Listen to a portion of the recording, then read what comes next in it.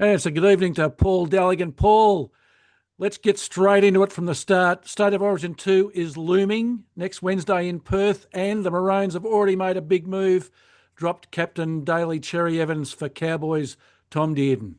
I'll tell you this, Professor, how many years have we been talking State of Origin, and how many years was I saying as a New South Welshman that loyalty is a fantastic thing and you need to stick with what you're doing. Otherwise, every year, like we did at New South Wales, we change the team and we'd lose. Loyalty is great when you're winning, and Queensland never had to be loyal to their players because they just were and they won. So what's happened now is the card's been reversed, and unfortunately with Queensland, they're staring down the barrel of a very, very awkward scenario where if New South Wales does a clean sweep this year, which I don't want to prejudge, it would be 20 years in the making. So you've got a tough decision. If you're Billy Slater and he's getting heat from every angle, Queenslanders, New South Welshmen, do you drop your captain, which hasn't happened since I'll quiz you, Professor? When was the last time it happened? During a series, never. Trevor Gilmeister, going back to the ex-Trevor Gilmeister, going back nearly 20 years, I think. So Queensland is not the type to chop and change, but they've had to axe their captain, Professor, the captain. It's like Argentina saying to Lionel Messi, have a seat on the pine. That's how big this is, and that's why it's caused such ructions in the community, because it's enormous. And I've got to say, if I was Billy Slater, I would probably do the same thing, because Cherry-Evans is not performing. And forgive me, Schooner, the Manly fan we've got on board, he's just not performing at the level that I think is needed to stop this New South Wales juggernaut, which for the first time, Professor, in how many years, not only just good on paper, but good on the scoreboard. So Tom Deardon's come in. Do you think that's a positive for Queensland? I think it is. And I actually think, and I hate to say this without prejudging what I bet, I actually think Queensland might win game 2. I actually think that as good as New South Wales is going, that there's something going to be risen in that beast that is Queensland, the Terminator as I call them. I think they're going to find something and win this game. So the Maroons have lost their captain, but they've appointed a new one, Cameron Munster. I don't know that he would have been my pick as captain. What are your thoughts? He's not sort of captaincy material. I'd call him one of my favourite words, mercurial, Professor. But I wouldn't know if he's going to inspire the troops, much like Mal Meninga, who our guest of times, Gordon Tallis, said about Mal Meninga. He's the sort of guy you want to die with in the trenches. I don't know if Munster inspires that in his teammates the way that your Cameron Smith does or your Mal Meninga does as a coach. I don't know if Munster's the right choice, to be honest. All right. Well, you mentioned Mal Meninga there. Good segue. Appointed the first coach of the NRL expansion Perth Bears. Good appointment? It's a good appointment in terms of what he brings to it.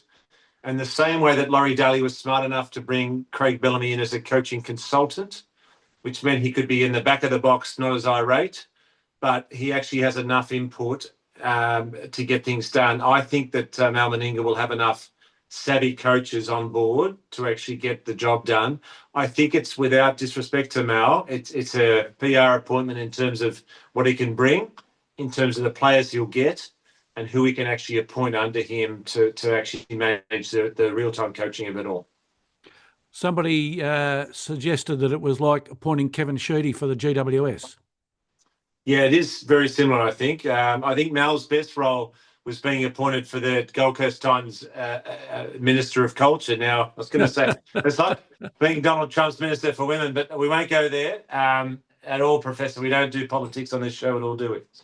All right. We've spoken about Lachlan Galvin a couple of times on this program already.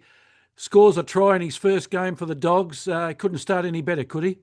He couldn't. And I tell you this, for all the talk about that he's going to be a disruption to your team's preparations, he's named at 6 this week. So you are the premiership favourite, you are the ladder leader, and you've got a guy who is running your halves this week called Lachlan Galvin. So what more would you like, Professor?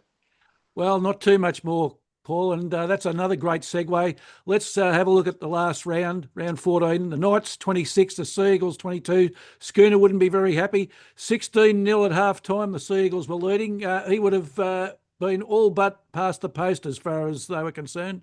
If I hadn't lost the marbles a long time ago, this would have been enough for me to say, that'll do me, Professor. I'm out. Because picking this is like a trip lottery, because they were home and hosed, the Seagulls, and that's one of the better comebacks I've ever seen. And it shows how crazy this season is, because the funny thing is it lost, but I'll still stand by that tip. I thought the Seagulls were specials, and I don't know how they lost that game. It's just one of those things that'll never be explained. That loss would certainly put Anthony Seibold on the hot seat. Well, it might, but he's got the Cherry-Evans thing, but he could possibly use that as an excuse. There is a lot of disunity there, but I thought after the week before that Manly would be specials, but obviously not. No, nothing's a special this year, Professor, and that might explain why the giraffe guarantee is going to be used sparingly from here, I think. Well, you did suggest, though, that Storm would beat the Cowboys, and that actually did happen. The Storm were far too good, 38-14. Game was really over at halftime, 18-4. Craig Bellamy said in his press conference that the defence was a very pleasing thing for him. It was, and to see Craig Bellamy happy is it's quite unusual. So it's much like seeing the Dalai Lama angry. You don't see it often, so we'll enjoy it while it lasts. Dolphins 56, Dragons 6, 10 tries to 1. It was a happy hour for the whole game for the Dragons. It wasn't fun for the Dragons, and we haven't rated them highly on this show for a while, and I think that they are in a lot of trouble. The Dolphins, though, could be one of the quiet achievers of this year, along with the Warriors, who we'll talk about shortly, and also the Raiders. Interestingly, Paul, we'd written the Dolphins off. They were 0 from 4 from their first 4. Since then, they're 6-3. So they've certainly straightened themselves up. They have, and I might have got did we get the red pen out? I don't know if we did through the Dolphins, but well, you might not have, Paul, but I did. I went the early red pen. Well, just a bit premature, I think. Anyways, similar to the Warriors in the next game, I don't like throwing around the draft guarantee often. As I said to you, Professor, I'm not Penn and Teller. I can't cut a one in half just on cue. You know, there's dubs flying around. Some might get hurt. It's not my go. So I will be very judicious from here with the draft guarantee if we lead into the next game. The Warriors smashed the Sharks at home, and I predicted the Sharks. I'll own it. I'll put the hand up. I'll own it. Well, the guarantee was looking not all that bad at half time. It was 12-10 to the Warriors, but four tries to nil in the second half. The Warriors really do look the real thing this year. They do. In the same way we'll talk about the Raiders, they look the real deal as well. So it's time to maybe stand up and, wow. It might be a time for the new guard, similar to whether we love a segue in this segment, to tennis. You know, with your Djokovic, Nadal, Federer, all gone. It's time to maybe usher in the new era, which could be the Warriors, could be the Raiders. We're starting to look past the rear guard, perhaps, Professor. The bell was a big thing, though. I noticed on all the social media commentary, Paul, people did enjoy the bell. It's been a while since Colette sang "You Can Ring My Bell" many years ago. So perhaps when I get the bell out, it's a rare occasion these days, and I'll leave that where it stands. But the bell doesn't come out very often, and it might not for a while again. The Broncos were back in form, 28-0 at half time. They eventually put away the Titans 44-14. Is that another nail in Des Hasler's coffin?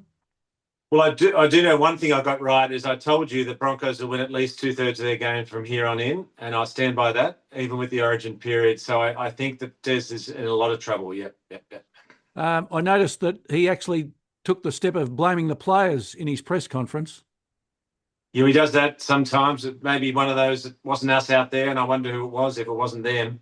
But the Broncos just are clicking, and I think they're going to win a lot more games than lose from here on in. I think the Titans are gone. We'll put the red pen through them and get it out even stronger. Well, the Rabbitohs went to Bruce Stadium and started off like a German band, Paul. They scored 2 tries in the first 14 minutes. Didn't trouble the scorer after that, and the Raiders did the rest, 36-12 at full time. Well, all credit to Josh Papali breaking the all-game leader for the Raiders. I mean, he has taken over Jared Kroger. Most games played for the Raiders. You've got to give him credit for that. That was always going to be a big game for the Raiders, as I said, in advance of the game, and they came home like a steam train. The Raiders are surging, and it would be brave man to bet against them and the run home. Also, Papali, with the last conversion of the game, had Ricky Stewart out of his seat. Well, it did, and you know you're in trouble as a team when it's all over and a big fella steps up. But he kicked that goal, he put it over the black dot, And there's very few people that Ricky Stewart compares to being some of the legends of the game, which is Meninga, Clyde, Daly, Longbottom. Oh, well, you got some legends there. You got Lazarus as well. So the way that he talked about Papali was very emotional and shows how much he means to that club. And that is a team that is building amazingly well, much like the Warriors. West Tigers couldn't continue after half-time. It was all level at half-time, Paul, but the Panthers ran out 18-14. The West Tigers were their own worst enemies. Just couldn't get it over the line in the last 4 or 5 minutes. No, they couldn't, and I expected that, unfortunately. The class prevailed. Panthers will float around the edge of the 8. Whether they've got enough to go on with it, we'll see. But they dealt with a very resilient West Tigers at home, and you've got to give them credit for that. Class prevailed, unfortunately, for the West Tigers, and they're missing the very man we'll talk about in the next game. And the Bulldogs, Queen's birthday winners, 30-12 over the Eels. 12 all at half-time, Paul, but 3 tries to 0 in the second half. Bulldogs have finished most of their games very strongly. They do, and particularly with the best young talent in the last 20 years, as many say, coming into your team. So you're already very good, and you've added the best young talent again, I'll say it, in the last 20 years. He is a Brad Fittler Mark II. My word, the signs are very promising for the Dogs. And I don't like hype, but it's getting pretty strong at the Dog HQ. All right, let's look at round 15. Only 5 games, Paul. There are 7 teams on the bye. So I would imagine you can probably call it now. The bell's not coming out this week. There's no bell at Origin time. I'm still scarred by the Shark performance last week, and it might be a while until you see my bell again, and read into that what you will. But I'll give you the tips this week, but there'll be no bell, Professor. You can put that away, that sound effect. No bells, no euphemisms. That's it. All right, the Thursday night game, Paul, it's the Sharks 5th at home playing the Dragons 11th. Plenty of changes for both sides. Craig Fitzgibbon will really want to win this game. He will. Nicholas Hines will be there, and he's going to win it for the Sharks. Dragons this year, disappointing. Looking at their ends, no, not enough to overcome. The Sharks will rebound, and they'll do it well. Only one game on Friday night this week, Paul. The 8 p.m. game, Titans 17th, very disappointing against the Sea Eagles, who've been fairly disappointing as well. Schooner wants to know, with Tommy Turbo back in for the Sea Eagles, will that give him the win and get him over the line? It's not about Tommy Turbo. I'd tell Schooner to get to his fruit section at your local supermarket. There's one fruit on offer. It's called cherry. So Cherry-Evans is going to be the angriest man in football. He might do it with a smile, but Cherry-Evans will steer the Sea Eagles to a big win over the Titans. They are gone, and Cherry-Evans will make it happen. 2 games on Saturday, so there's no 3-game Super Saturday, so it's semi-Saturday yet again, Paul. The 5:30 game, Knights 15th against the Roosters 10th. Unusual to see the Roosters down as far as 10th, Paul. The Roosters have got plenty of players out, but they won last time when they had all the Origin players out. I meant to ask, Professor, if I could do like a quasi-bell. Is there like a sort of a muted like ringtone, for example, bell? I don't want to do, but it'd be on the Roosters for one reason, Professor. 2 reasons. You got Tedesco at the back, and a guy called Sam Walker, who is probably the best young halfback in the game coming back. I will give you a quasi-bell, if that could be a new phrase for our little segment, on the Roosters. Absolute specials, the Roosters. The special is the Roosters. All right. Quasi-specials. Well, and the Knights, probably their best player, Kalen Ponga, out. They've overachieved, and they've only done it through one player who's out. So I cannot tell you enough without getting the bell out, is that they are special as the Roosters. I'll stand by that. All right, the nightcap on Saturday night is the Cowboys playing at home, 6th against the Dolphins, 7th. As Fiorenti would say, a mouth-watering tie. It is, and I like the Dolphins in this one for this reason, is you cannot take out a guy like Deardon, who is the heart and soul of that Cowboys team, and the reason why I think we had the pink pen, if not the red pen, through the Cowboys earlier this season. Tom Deardon is the reason why they're good. He's out. So you can put in a guy like Jake Clifford, and I hate to say this, but he's a tradesman type. He's not going to compete with the Dolphins in this sort of form. The Dolphins will win this game. Well, and Cotter and Nanai are also out for the Cowboys. Yeah, big outs. Dolphins, yeah. All right, and then the final game of the round, Sunday at 4:05. Your Rabbitohs, Paul, 12th, playing my Bulldogs, who are leading. Cody Walker and Latrell Mitchell out for the Rabbitohs.